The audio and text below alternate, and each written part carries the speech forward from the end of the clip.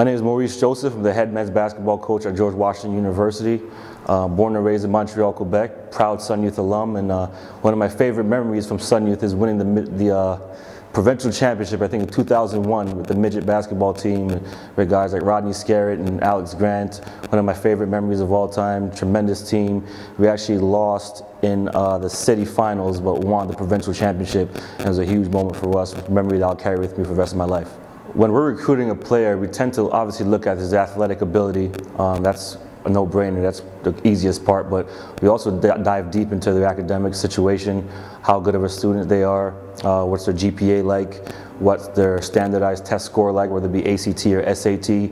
Academics is important to figuring out how well a kid will survive or thrive at the college level with the academic rigor that a school like GW will put forth. Other than that, you look for how coachable the kid is, how good of a teammate he is, what his body language is like, especially in times of adversity and when things aren't going his way, how he interacts with his coach, how he interacts with his family. When you're being evaluated, it's not just about what you're looking for in terms of making baskets or playing defense or anything like that. Everything you're doing from A to Z is being evaluated, and a lot of times what you do outside of basketball will determine whether or not a coach continues to recruit you or if he just stops. So a lot of the things that kids don't realize coaches are looking at, we really are paying attention to them. So it's important that kids understand that, you know, they're being evaluated from top to bottom, and they got to conduct themselves the right way, they got to do well in school, and obviously the basketball part, they got to work at that as well. My advice to any Canadian kid, or specifically a kid from Montreal, looking to get a scholarship at NCAA level, whether it be football or basketball, is to really devote themselves to their craft and really work at it.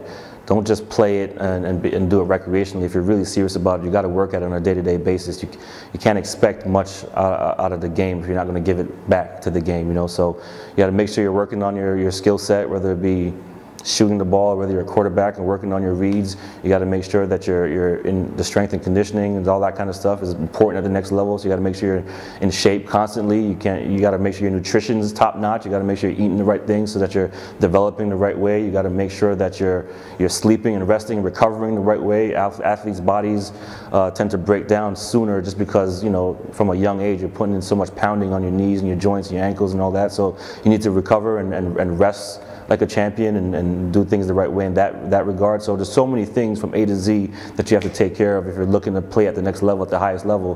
But you got to make sure you're doing all those things and you prioritize your time, because, you know, we all get the same 24 hours, but what you do with it is really up to you. So if you're doing the right things consistently and doing them for the right reasons, then you have a shot to succeed. But you can't take the days for granted. You got to make sure you take full advantage of every single one of them.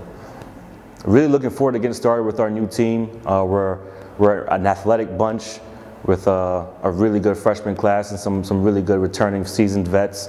We're looking forward to a tough non-conference schedule with teams like Florida State and Miami and Princeton and Harvard, and, you know, we play Xavier out in Las Vegas. So we do have a tough non-conference schedule that'll get us battle tested for a tough A-10 conference, which is never easy, and time and history will show you that time and time again. So we're really looking forward to get going here in a week and a half or so and putting the culture in and making sure that our team is gelling and everybody understands their role and everybody's on the same page. And once we get that rolling, I think we could be pretty good. This is Maurice Joseph, and I want to wish all the Sun Youth teams the best of luck, from mini all the way to juvenile.